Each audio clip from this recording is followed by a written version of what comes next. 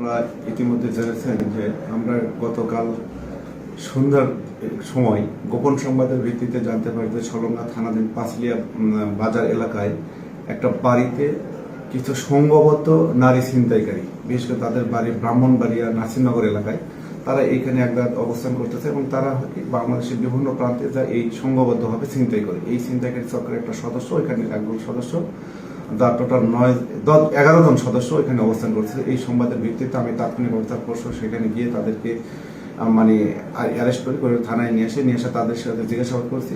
করে এরা প্রাথমিক ভাবে তথ্যগুলো জানা গেছে এবং আমরা তাদের পিসিপিআর গুলো যাচাই করে দেখতেছি তাদের বিরুদ্ধে একাধিক ছিনতাই মামলাগুলো আছে। এরা বাংলাদেশের বিভিন্ন এলাকায় গিয়ে অস্থায়ীভাবে একদিন দুই দিন অবস্থান করে সংঘবদ্ধভাবে চুরি ছিনতাই করে তারা এভাবে পালিয়ে যায়।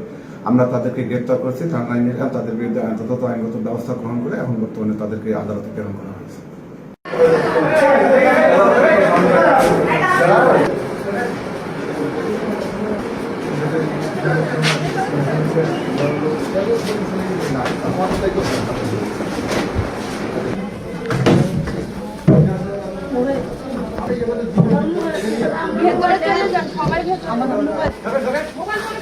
মোবাইল দিবে